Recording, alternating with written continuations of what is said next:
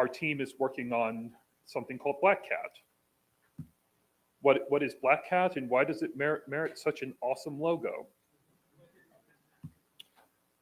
So, Black Cat in this diagram is this thing. It is an X-ray telescope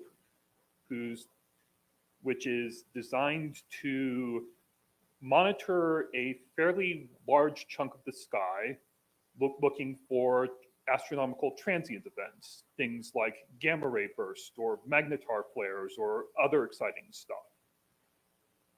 If it locates a transient, if it detects it, it localizes it on the sky, figures out where it is, and sends a notification down to ground-based systems, as many of these transients are of great interest to researchers. Also, they change on very short time scales, so it is important to get the notification out quickly. The instrument also serves as a flight qualification of the X-ray sensors involved. It will be the sole payload on a 6U CubeSat that we hope will launch in late 2024. The Black Cat instrument and the science operations is being done by the Black Cat team, all those names and faces you saw just a minute ago. The rest of the spacecraft is being worked on by NanoAvionics, a CubeSat and SmallSat company. The sensors in question are the result of a parallel line of work that's a collaboration between Penn State and Teledyne Imaging Systems, and all of this is paid for by NASA. So thank you, NASA. As I mentioned, these events often change on timescales of seconds to minutes. For follow-up observations, some teams want to take a look at these things early on. So it is important for the mission to be able to determine when a transient is occurring, figure out where on the sky it is, and notify and send a notification to the ground within a couple of minutes. This means that this real-time work needs to be done autonomously on board the payload. So our flight software will be implementing the algorithms for that, as well as controlling the various electronics on the instrument.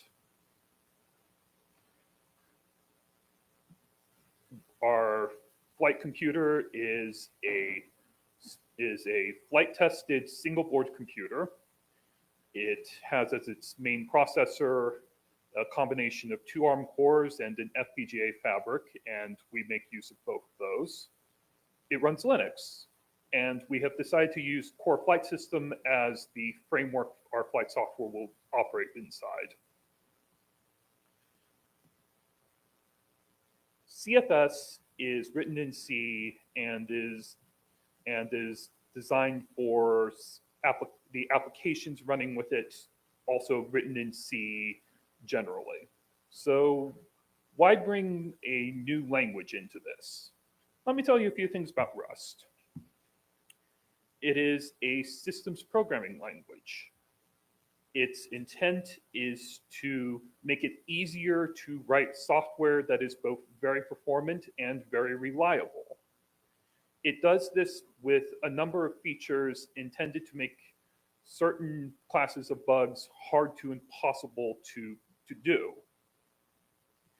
It's the de facto standard compiler for Rust. Rust-C uses LLVM on the back end to generate native code, so they're not inventing everything from scratch. They're using some of the standard open source compiler infrastructure. It started as a personal project in 2006. The originator, Graydon, worked at Mozilla. Mozilla took interest in the project, and it became a publicly known project in 2010.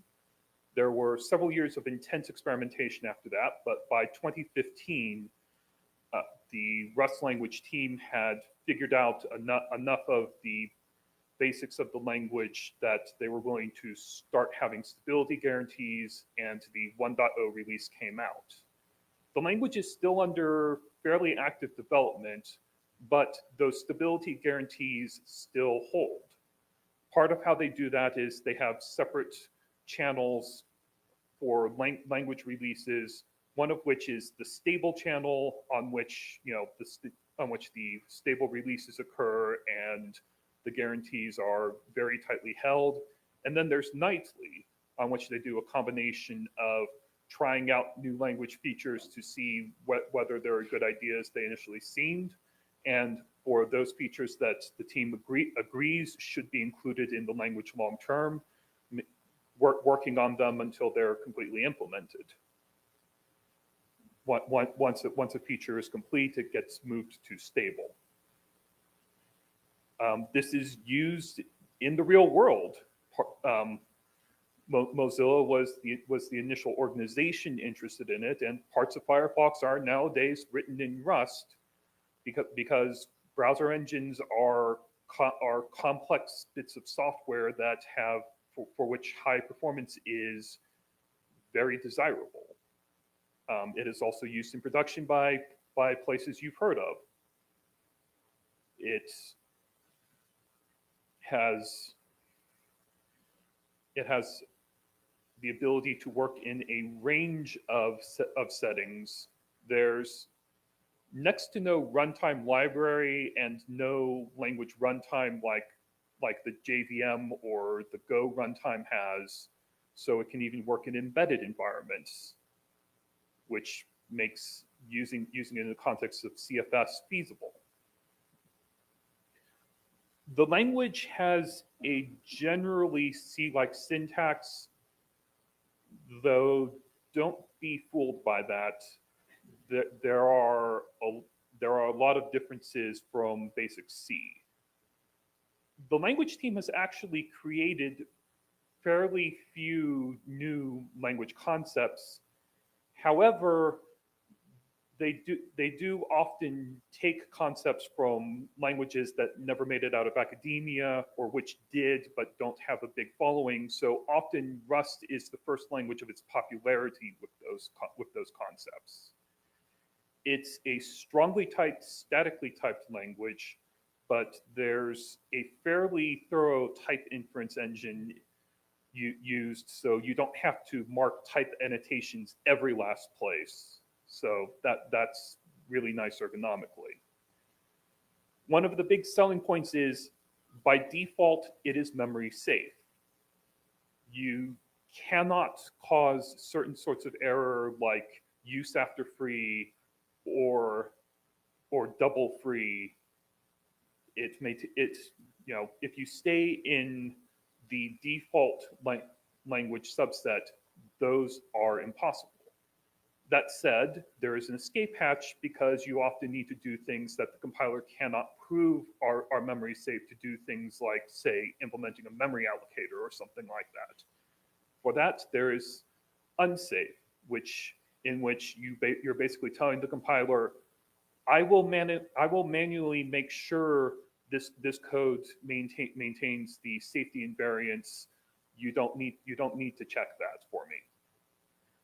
Generally, the pattern is some of the low-level operations will have small sections of unsafe code, but written in such a way that the unsafe blocks are as a whole memory safe, and then you layer your abstractions on top of that, so that you only have to reason about memory safety in a few places, and then can just rely on the compiler to do your checking elsewhere.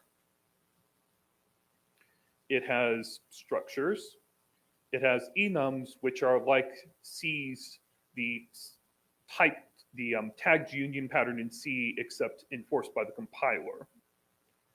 There are traits, which are a little like Java interfaces, but differ in a lot of the details.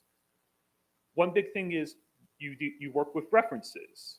In the simplest case, a reference is just a pointer behind the scene, but there's semantics and guarantees around them so that the compiler checks to make sure you can never use a reference that might be stale, that might be a stack variable that's got in a called function that you've now popped up further up the stack, or a reference to dynamically allocated memory that's been freed.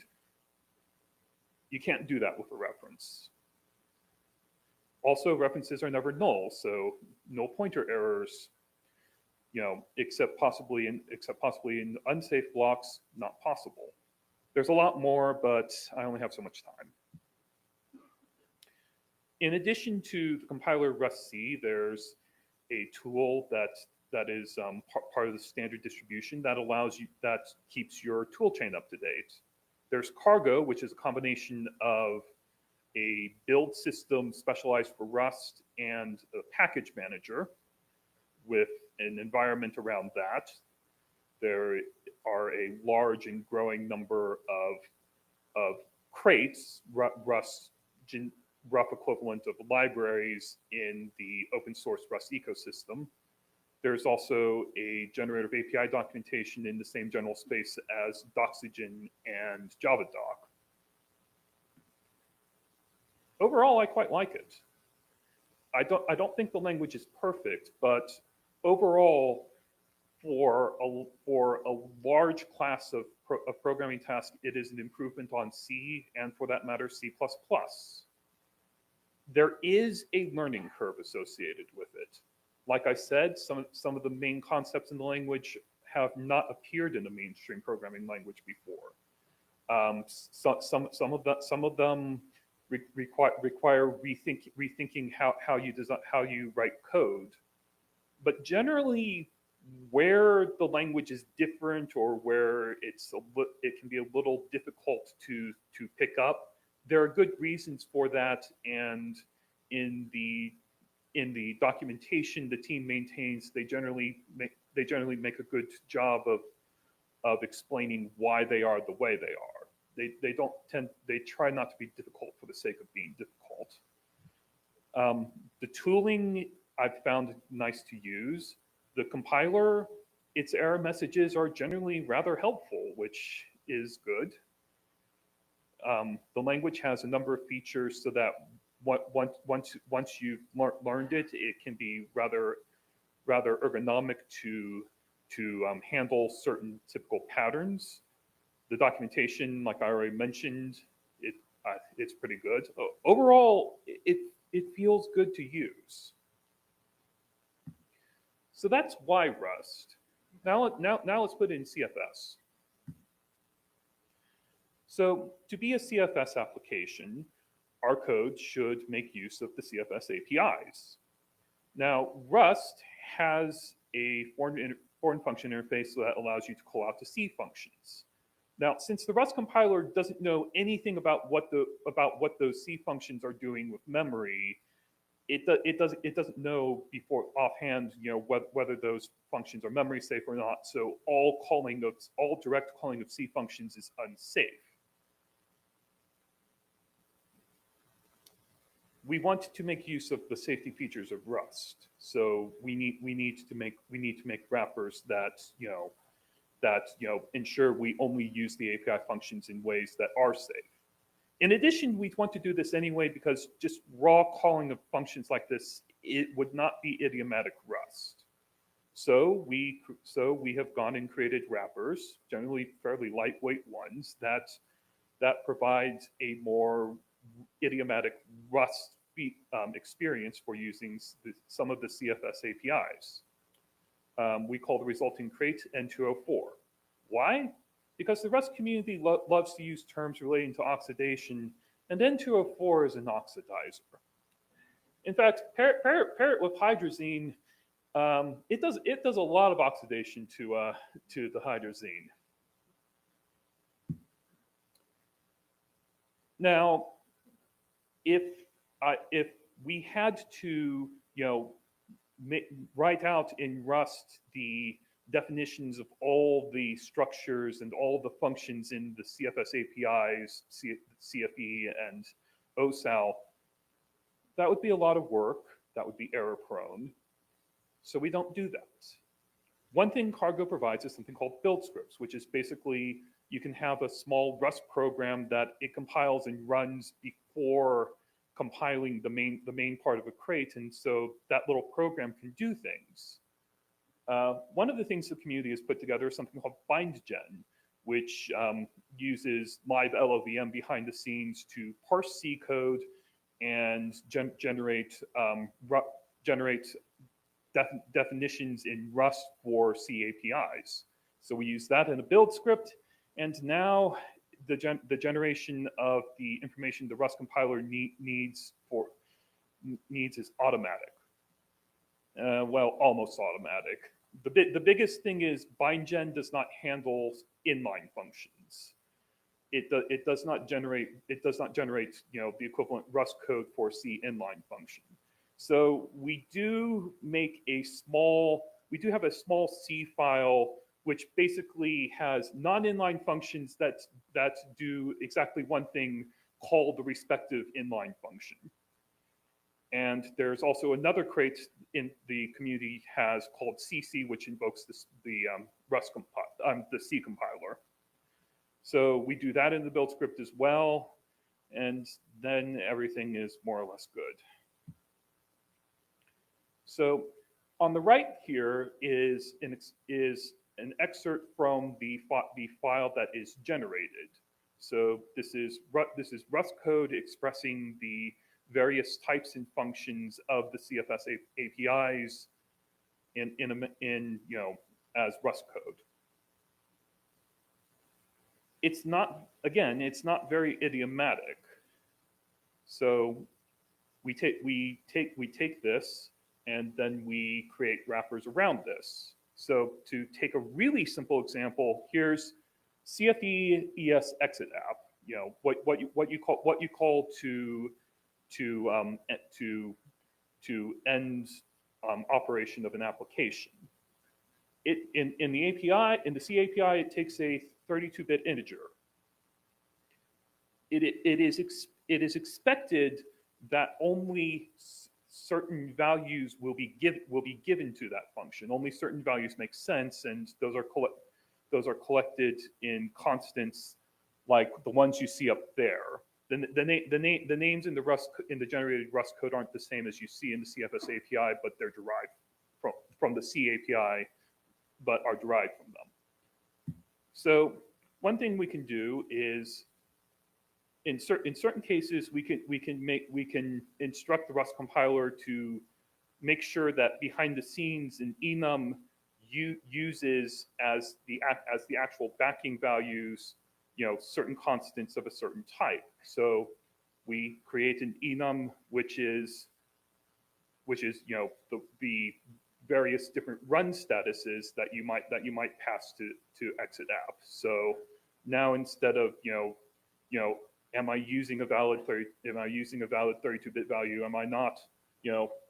I'm restricted to just selecting from the ones that are valid.